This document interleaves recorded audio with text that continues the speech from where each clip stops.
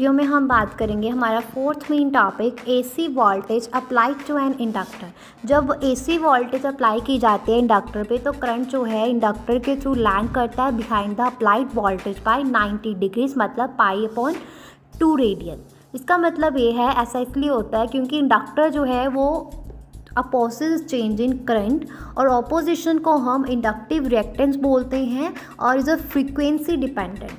तो applied AC voltage जो है इसको रिप्रेजेंट किया जा सकता है V = Vm into sine omega T. तो Vm जो है पीक वोल्टेज है और ओमेगा जो है वो एंगुलर फ्रिक्वेंसी है। तो इंडक्टर रेजिस्टेंस जो है वो चेंजेस इन करंट, और ऑपोजिशन को हम इंडक्टिव रिएक्टेंस बोलते हैं और it is calculated as XL = ωL। L यहाँ पे क्या है, इंडक्टेंस है। करंट लैग की अगर बात करूँ तो इंडक्टिव रिएक्टेंस के कारण करंट जो है थ्रू द कंडक्टर वो मैक्सिमम वैल्यू पे पहुंचता है लेटर दैन द वोल्टेज, और करंट जो है वो lags behind the voltage by 90 degrees. तो करंट जो है इंडक्टर के थ्रू वो एक्सप्रेस किया जाता है I = Im into sine bracket omega T minus π/2। तो यहाँ पे Im जो है वो पीक करंट है। तो इंडक्टिव रिएक्टेंस जो है मतलब XL जो है उसको मेयर किया जाता है of the opposition to the current flow in IC circuit containing an inductor.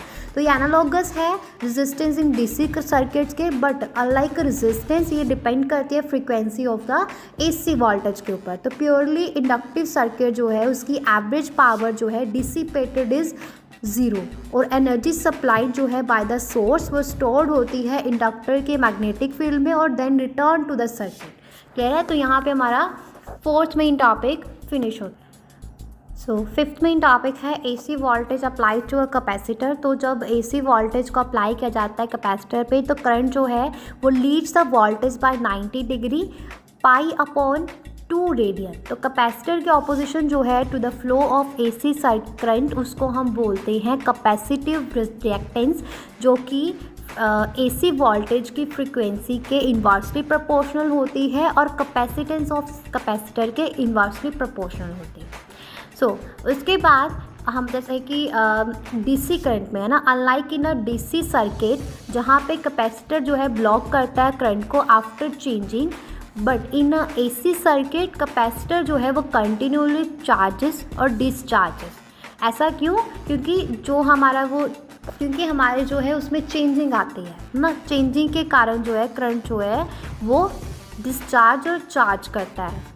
Okay, उसके बाद नेक्स्ट ये बताया गया है result in a continuous current flow.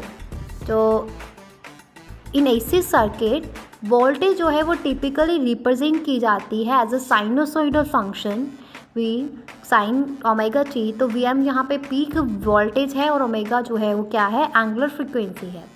Next हमारे पास आता है कि कैपेसिटर से रेजिस्टेंस, कैपेसिटर की रेजिस्टेंस क्या है। तो इसमें ये बताया गया है कि कैपेसिटर जो है वो स्टोर करता है इलेक्ट्रिकल एनर्जी को इन एन इलेक्ट्रिक फील्ड जो सेपरेटेड चार्जेस के द्वारा क्रिएट किया जाता है, और एसी सर्किट में कैपेसिटर जो है लगातार चार्जेस और डिस्चार्जेस होता है as the voltage changes and allowing current to flow. तो कैपेसिटर की जो अपोजिशन है to the flow of alternating current उसको हम कैपेसिटिव रिएक्टेंस बोलते हैं, XC बोलते हैं। XC = 1/ωc। तो C यहाँ पे कैपेसिटेंस है। करंट जो है Leeds the voltage by 90 degree, क्योंकि कैपेसिटर चार्जेस होते हैं, डिस्चार्जेस होते हैं, जिसके रिस्पॉन्स है टू द चेंजिंग वोल्टेज। जब वोल्टेज बढ़ती है तो कैपेसिटर चार्जिंग होते हैं, और जब वोल्टेज कम होती है तो कैपेसिटर क्या होते हैं, डिस्चार्जिंग होते हैं। तो फेसर डायग्राम जो है वो can visually represent the face relationship between voltage and current, और करंट फेसर जो है is rotated bye 90 degree counter clockwise from the voltage phasor, और ये बताता है कि current Leeds the voltage, indicating that the current Leeds the voltage. तो यहाँ पे हमारा fourth and fifth main topic finish होता है।